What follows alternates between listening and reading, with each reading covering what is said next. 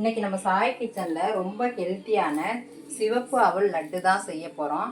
அதை ரொம்ப ஈஸியாகவும் டேஸ்ட்டாகவும் எப்படி செய்யறதுன்னு பார்க்கலாம். இது பண்ணுறதுக்கு ஒரு கடாயை சூடு பண்ணிக்கலாம். இதுக்கு வந்து சிகப்பு அவல் எடுத்துக்கலாம். அது வந்து ஒரு 200 கிராம் அளவுக்கு எடுத்திருக்கேன். இதை நல்லா பொன்னிறமாக வறுத்துக்கலாம். அடுப்பை மீடியம் ஃப்ளேமில் வச்சுட்டு வறுக்கணும், இல்லாட்டி கருத்து போயிடும். 2 நிமிஷம் வறுத்தா போதும். ஒரு வாசனை வரும், அதுக்கப்புறம் நம்ம இதை எடுத்துடலாம். இப்போ இந்த அளவுக்கு வறுத்ததும் வெளியில் எடுத்துடலாம். இது இப்போ ஆற வச்சுக்கலாம். அடுத்ததாக அதே கடாயிலேயே ஒரு 3 ஸ்பூன் அளவுக்கு தேங்காய் சேர்த்துக்கலாம். தேங்காய் வந்து ட்ரையாகவே வறுத்து எடுத்துக்கலாம். தேங்காய் வந்து நம்ம வறுத்து எடுத்தோம்னா லட்டு வந்து நமக்கு கெட்டு போகாமல் இருக்கும். ஒரு 4-5 நாள் வச்சு சாப்பிடலாம். அது நல்லா பொன்னிறமாக வறுத்து எடுத்துக்கலாம். இப்போ தேங்காயும் நல்லா வறுபட்டுருச்சு பாருங்கள். கலர் நல்லா சேஞ்ச் ஆகிடுச்சு. நம்ம உதுத்து விட்டால் இந்த அளவுக்கு உதுந்தால் போதும். இப்போ வெளியில் எடுத்துடலாம். இது கூடயே 1/2 ஸ்பூன் நெய் சேர்த்துடலாம். நெய் உருகுனது ஒரு 10-15 முந்திரி சேர்த்துடலாம். இதையும் நல்லா ரோஸ்ட் பண்ணி எடுத்துக்கலாம். இந்த அளவுக்கு ரோஸ்ட் ஆனதும் இந்த வெளியில் எடுத்து வச்சிடலாம். அவள் இப்போ ஆறிடுச்சு. இதை இப்போ பொடி பண்ணிக்கலாம். ரவை எப்படி குறப்பாக இருக்குமோ அந்த அளவுக்கு அரைச்சி எடுத்துக்கலாம். இந்த அளவுக்கு குறப்பாக அரைச்சி எடுத்துக்கணும். அதே கடாயிலே 200 கிராம் அவளுக்கு 100 கிராம் நான் வந்து நாட்டு சர்க்கரை தான் எடுத்திருக்கேன். கொஞ்சமாக தண்ணி சேர்த்துக்கலாம், ரொம்ப சேர்த்துடாதீங்க. இப்போ இது நல்லா கரையட்டும். இது வந்து பாகுப்பதம்லாம் தேவையில்லை. இந்த அளவுக்கு திக்கானா போதும். இப்படி நுர வந்தது நம்ம அடுப்பை ஆஃப் பண்ணிடலாம்.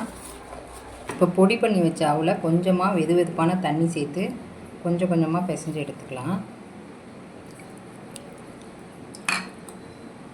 நல்லா கையை வச்சு இந்த மாதிரி மிக்ஸ் பண்ணி வச்சுக்கோங்க. போதும், ரொம்ப தண்ணி சேர்க்கக்கூடாது. இந்த மாதிரி பொலன்னு வர மாதிரி நம்ம தண்ணி சேர்த்து மிக்ஸ் பண்ணி வச்சுக்கணும். இப்போ இது வந்து ஒரு 10 நிமிஷம் ஊறட்டும். அப்போ தான் நல்லா சாஃப்டாகிடும். இப்போ அவளும் ஊறிடுச்சு. இப்போ இது கூட போய் சேர்த்துடலாம். இப்போ இது கூடயே தேங்காய் சேர்த்துடலாம். வறுத்து வச்ச முந்திரியும் இது கூட சேர்த்துடலாம். இப்போ இதெல்லாம் மிக்ஸ் பண்ணிக்குவோம்.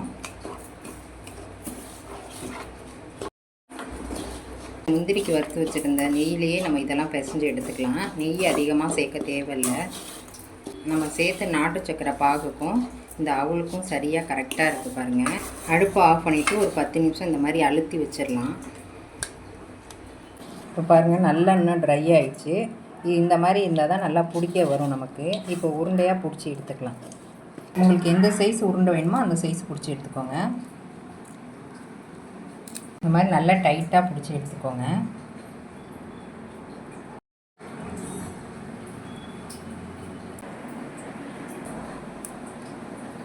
இது சிவப்பு அவளையும் நாட்டு சர்க்கரையும் வச்சு பண்ணதுனால உடம்புக்கு வந்து ரொம்ப ஹெல்த்தியும் கூட. இதை நீங்களும் செஞ்சு பாருங்கள்.